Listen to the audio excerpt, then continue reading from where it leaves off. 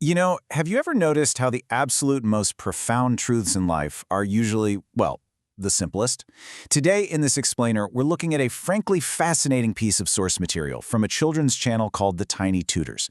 It's essentially a rapid-fire lesson designed to teach kids the stark, no-nonsense differences between good habits and bad habits. But here's the thing. As we map out this seemingly basic list together, it actually serves as a brilliant, incredibly unsparing mirror for us as adults. It completely strips away all of our complicated grown-up excuses and gets right down to the fundamental human behaviors that literally dictate the quality of our lives. Okay, let's just dive right in.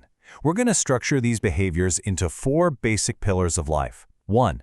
Health and personal hygiene. 2. Time, work, and money. 3. Character and social responsibility. And finally, 4. The power of balance. Right. Starting things off with Pillar 1, health and personal hygiene, really building that physical foundation. A massive portion of the good versus bad habits in this lesson leans heavily into basic bodily care and wellness. The source material immediately sets this stark, perfectly binary tone. Brushing your teeth daily? Good habit. Not brushing regularly? Bad habit. There is literally no negotiation here. It establishes right out of the gate that consistency in self-care isn't just optional, it's a definitive dividing line between good and bad practice. Then, it quickly pivots to diet. Healthy food versus unhealthy food. Boom. Zero gray area. In our wildly complex adult world of endless fad diets and nutritional debates, the material brings it right back to the absolute basics. Healthy versus unhealthy. You are what you consume. And this perfectly illustrates the focus on actionable, everyday physical hygiene routines that keep us from getting sick. Washing your hands before and after food is pitted right up against eating without washing them. It's a localized, immediate action of self-preservation that we're reminded is just a fundamental daily requirement. And rounding out this physical pillar, the creators categorize taking a daily bath, exercising daily, and crucially, sleep hygiene as absolute necessities. Notice how getting enough sleep every day and going early to bed are both explicitly separated from not getting enough sleep and sleeping late at night. It treats sleep not as some sort of luxury, but as a core competency of a well-lived life. Before we move on, the source actually calls out a couple of specific unhygienic pitfalls to avoid. It broadly labels being unhygienic as a bad habit and goes as far as explicitly targeting not combing your hair daily, which is a great reminder that physical presentation and basic cleanliness are fundamental expectations of how we show up in the world, not just for ourselves, but for everyone else around us. Okay, let's shift gears to Section 2, Time, Work, and Money, basically focusing on personal productivity. The absolute core of this section is the abstract but universally vital concept of time. The lesson defines valuing your time as a good habit and wasting your time as a bad habit. Honestly, it's wild how this simple lesson for kids hits on literally the #1 struggle for most modern adults. Time is our most finite resource, and it makes it a completely binary moral choice of how we spend it. And then, it directly pairs that time management right alongside financial responsibility. Saving money is good, wasting money unnecessarily is bad. By placing time and money side by side, it highlights that stewardship of our resources, whether that's the hours in our day or the dollars in our bank account, is a core pillar of adult responsibility, completely masquerading as a childhood lesson.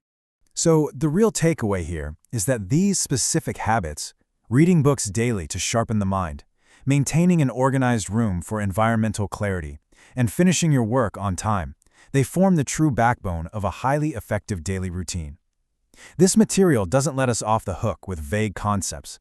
It demands daily intellectual input, environmental order, and professional punctuality. Moving right along to Section 3, Character and Social Responsibility. This is all about how we treat the world and the people in it. The rock-solid foundation of this social pillar? Honesty. The material contrasts telling truth directly with the choice of telling a lie to someone. It is the ultimate cornerstone of social trust. You just can't have strong relationships or a functioning community without this single binary habit planted firmly in the good column. And that honesty is immediately paired with universal kindness. The creators explicitly reject being rude to everyone as a terrible behavioral trait, lifting up be kind to everyone as the ultimate standard. It's a wonderful reminder that our default setting in social interactions should always be empathy and respect, literally regardless of the situation. Now this is super interesting, and man, is it relevant today. The list explicitly pits dedicated family time directly against the isolation of screens. Spending time with your family is the good habit, while watching TV and playing on phone is flat out classified as the bad habit. It completely frames passive digital consumption as an active detriment to real-world interpersonal relationships. To round out this third pillar, the source links daily spiritual reflection with basic everyday environmental responsibility. It points out praying daily as a good habit, suggesting the importance of mindfulness or spiritual grounding, and then it perfectly balances that high-level thought with the most practical earthly duty imaginable, putting garbage in a dustbin rather than putting it everywhere and anywhere. Respect your soul and respect your physical environment. Finally, we arrive at Section 4, the power of balance, or moderation in action. And this is where things take a really interesting turn. Because out of all the rapid-fire, purely binary habits we've just gone through, this is the only one that suddenly introduces a moment of deep nuance. It acknowledges the concept of moderation. It literally says playing daily for some time is a good habit, but playing all the time is a bad habit. It brilliantly highlights that the activity itself, playing, leisure, just winding down, isn't inherently bad. Actually, scratch that. It's a good thing. But the utter lack of boundaries is what flips a positive outlet right into a negative trap. That fine line between sometime and all the time is literally the ultimate lesson in self-regulation. Which brings us to a really critical reflection point. Looking at these foundational behaviors we've just mapped out across these 4 pillars, we have to ask ourselves, have we actually mastered these simple rules? Or do we just kind of arrogantly assume we've outgrown them simply because we are adults? As we review this ridiculously simple list meant for kids, it becomes startlingly clear. These habits, they remain the absolute bedrock of adult success too. Eating well, sleeping enough, telling the truth, managing our time, saving our money, actively putting our phones down to be with our families, none of this changes. The fundamental building blocks of a good life do not care how old you are.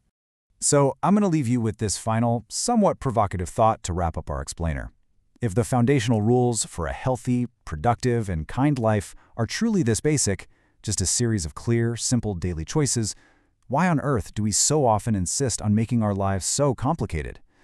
Take a good look at your own daily routines today and ask yourself, which column do your habits really fall into?